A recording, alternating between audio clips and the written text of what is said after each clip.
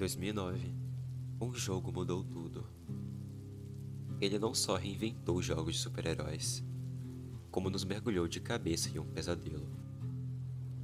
Um asilo sombrio, personagens completamente insanos de suas próprias maneiras.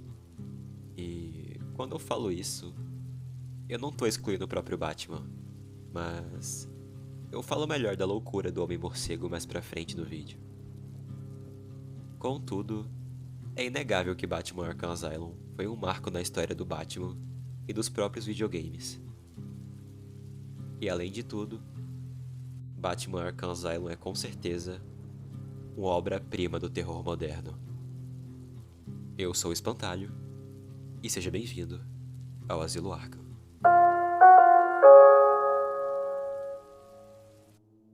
O jogo começa com o Batmóvel. O Batman está a caminho do Asilo Arkham. E claro, o Coringa também está no carro junto ao Homem-Morcego. Até porque vai ser extremamente recorrente na franquia, o Coringa está sempre acompanhando o Batman, de um jeito ou de outro. Ao chegar no asilo, o Batman percebe que tem algo de muito errado com o Coringa. E de fato tinha. Era tudo parte do plano do palhaço, como sempre. Ele escapa dos guardas, liberta todos os prisioneiros do asilo e começa a arquitetar o seu plano, que até então o Batman não sabia qual era. Mas ao longo do jogo, o morcegão descobre os planos do Coringa, que eram, de forma resumida, utilizar uma substância química que foi feita a partir da substância chamada Venom, que é nada mais nada menos que o esteroide que o Bane usa. E essa substância que o Coringa criou se chama Titã, que é uma substância que se transforma em um monstro fora de controle. E o plano do Coringa era utilizar essa substância nos rios de Gotham, destruindo assim a cidade com mutações. Eu particularmente gosto pra caralho do enredo desse jogo, sendo meu favorito dos jogos Arkham, sem dúvidas. Até porque o enredo desse jogo é fortemente inspirado em uma das minhas HQs favoritas do Batman de todos os tempos. Se não for minha favorita, sendo bem sincero, que é a HQ de mesmo nome, Batman Arkham Asylum. E a história desse jogo é muito envolvente, e com certeza um dos maiores acertos do jogo inteiro. Em Batman Arkham Asylum, somos introduzidos a uma das atmosferas mais envolventes dos jogos Arkham, só perdendo talvez para Batman Arkham City. O asilo é um lugar extremamente claustrofóbico e assustador. Fora o fato de que o Batman está numa ilha completamente isolada e ainda mais cercado pelos seus piores inimigos. É sério, tem muito jogo de terror que não consegue transmitir a mesma atmosfera claustrofóbica e de suspense que Arkham Asylum passa. E o mapa consegue ao mesmo tempo ser opressor e bizarramente grande, fazendo você se sentir verdadeiramente pequeno no mapa. Você anda pelos corredores sempre tenso, porque você nunca sabe o que te aguarda atrás de cada porta. Até porque você está dentro de um grande hospício, e adivinha, todos os loucos estão à solta. Bem, para vocês entenderem o quanto esse jogo foi disruptivo, não só para os jogos do Batman, mas para os jogos de heróis de uma forma geral, os jogos de super-heróis naquela época eram, por exemplo, Spider-Man 2 de 2004, X-Men Legends, The Incredible Hulk, Superman Returns e Iron Man. Mas agora, compare esses jogos com Batman Arkham Asylum. A diferença é clara, tanto pela complexidade do enredo e da otimização da gameplay. Diferente de todos os jogos que eu citei, você realmente se sente o Batman. Você se sente o protagonista do jogo. Você realmente se sente imerso na trama. é um tipo de imersão muito diferente da que a gente tinha nos jogos passados. Porque nesse jogo a gente tem que agir como Batman, pensar como Batman, com o modo detetive. E é inegável que Batman Arkham, como um todo, bebeu muito da fonte de Assassin's Creed. E, sinceramente, eles acertaram pra caralho. Ficou incrível. Até porque o próprio Batman foi treinado numa Liga dos Assassinos. E até nos jogos de hoje, a influência de Batman Arkham Asylum ainda é muito notável. Em jogos como Spider-Man do PS4, e até mesmo em jogos de terror e suspense, como Granny. Dada a revolução que esse jogo criou no mercado, que foi com certeza algo fora do normal. O verdadeiro inimigo em Arkham Asylum não é o Coringa, nem o Croc, nem os brutamontes criados com a toxina titã. É a própria mente do Batman. O jogo entende isso. Por isso, ele mergulha no terror psicológico de forma brilhante, especialmente através das sequências com o espantalho. Aqui, a sanidade do herói é posta à prova. Visões, alucinações, distorções da realidade e até uma quebra de quarta parede que fazem o jogador sentir que não pode confiar nem no próprio jogo. A estética muda, o controle do personagem é tomado, memórias traumáticas invadem a tela, e por alguns minutos, o Batman não é mais um símbolo de controle. Ele é apenas uma criança revivendo seu pior pesadelo. Arkham Asylum não usa o terror como um susto gratuito, mas como uma lente para expor a fragilidade interna do herói. E nesse momento, o jogador não é um vigilante. É uma mente à beira do colapso. E bem, uma das coisas mais impressionantes desse jogo para os fãs do Batman de um modo geral é como os personagens do jogo são adaptados, como eles são feitos no jogo. Porque as versões que temos em Arkham Asylum de cada personagem, na grande maioria deles, chega até a ser uma das melhores versões de todas as mídias do Batman. Dado o cuidado e o carinho que a equipe da Rocksteady teve ao fazer esse jogo e escrever cada um dos personagens. O primeiro personagem que eu gostaria de falar aqui é sobre o Coringa. E o que eu posso falar do Príncipe Palhaço do Crime e o que eu não posso falar sobre ele. Eu simplesmente amo esse Coringa. Pra mim, é minha segunda versão favorita do Coringa de todos os tempos. O jeito que ele age, o jeito que ele pensa em tudo. E a melhor parte, como tudo que ele faz é sempre pelo Batman. Ele não quer simplesmente envenenar Gotham e foda-se. Ele quer fazer isso pelo Batman, pra poder passar tempo com o Batman, sabe? É tudo por ele. É quase como se ele tivesse apaixonado pelo Batman. E essa é exatamente a essência do Coringa. Não tem ninguém melhor pra falar de como o Charada aparece em Batman Arkham Asylum do que eu. Bem, o Charada.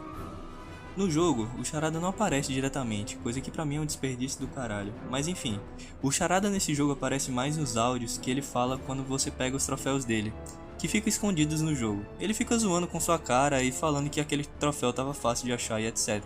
Típico do Charada. E também ele aparece em algumas fitas e de entrevistas durante o jogo. Bem, na minha opinião, o Charada em toda a franquia Arkham foi mal aproveitado, só aparecendo em algumas quests secundárias e olhe lá. Ele poderia ter sido bem mais aproveitado, acho que o público iria gostar de ter mais aprofundamentos na parte da história dele. Fica aí uma crítica que vale a pena considerar, visto que quando ele teve o foco como vilão no filme de The Batman de 2022, ele foi tão bem aceito pelo público. Sobre nosso querido Jonathan Crane, o Espantalho, ou o vosso amado apresentador desse humilde canal. Bem, aqui nós temos o culpado por eu me chamar Espantalho. Foi amor à primeira vista na minha infância. Mas, deixando de falar sobre o pequeno Dr. Crane vendo gameplays de Batman Arkham Asylum, Nesse jogo nos é entregue uma versão perfeita do personagem.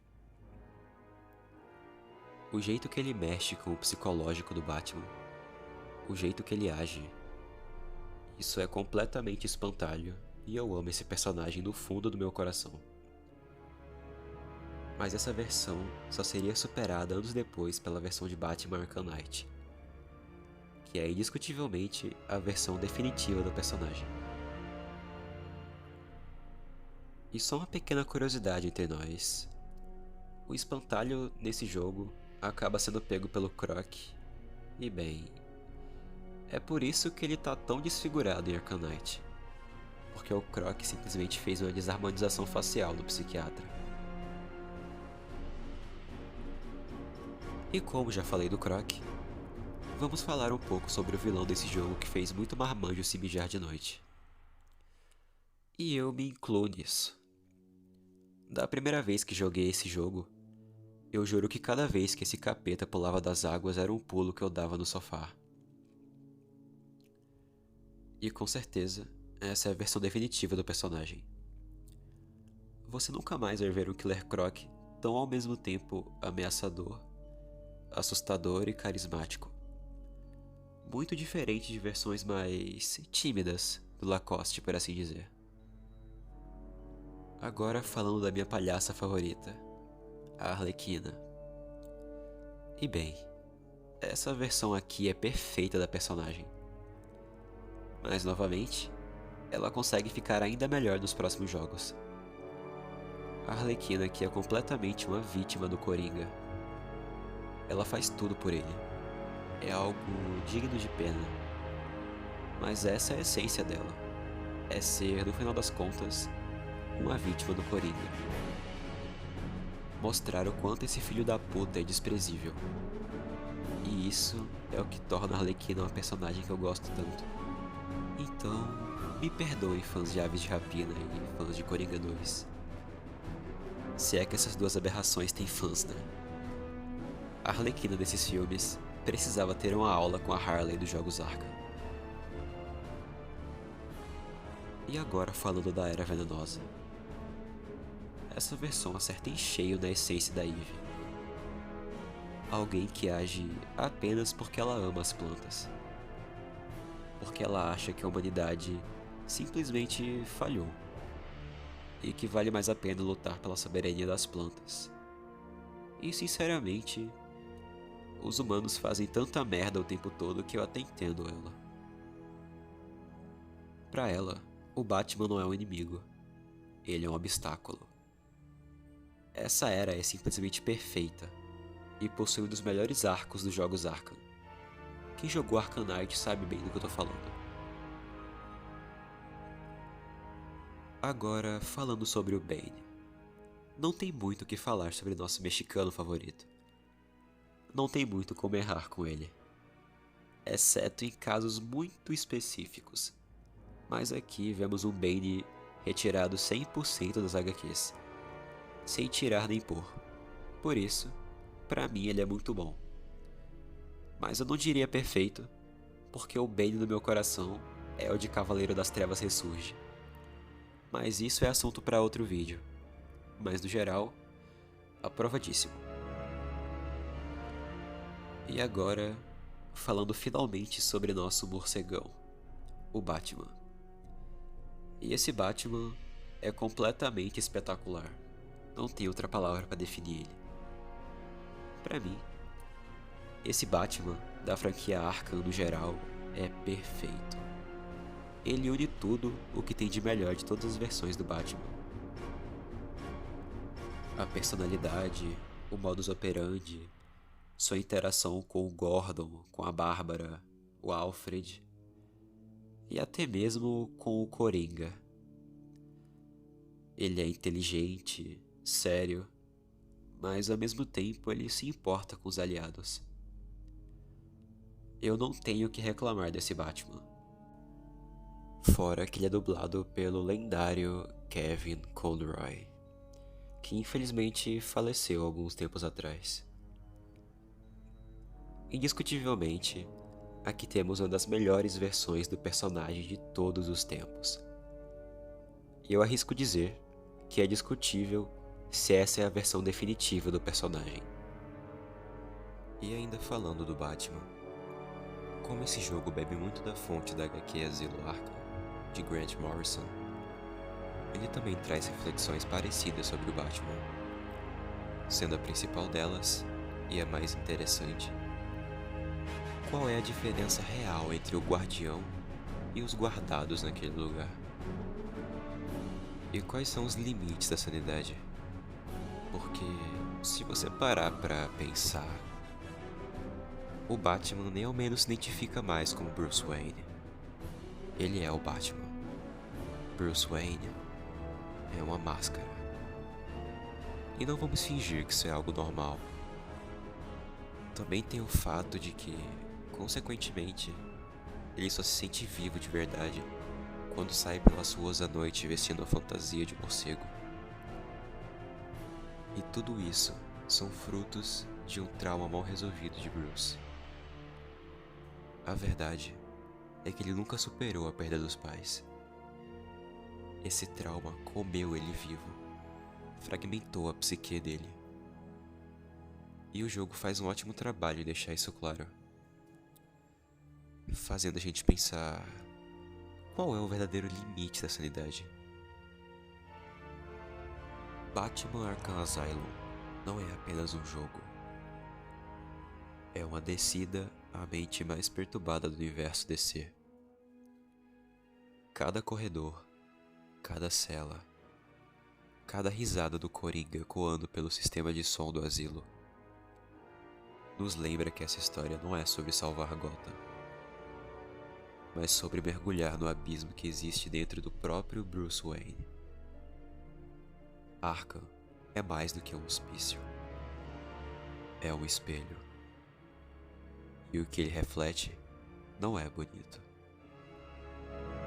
No fim, talvez o mais aterrorizante monstro daquele lugar não esteja trancado numa cela, mas escondido sob o capuz, esperando a próxima noite cair em Gotham.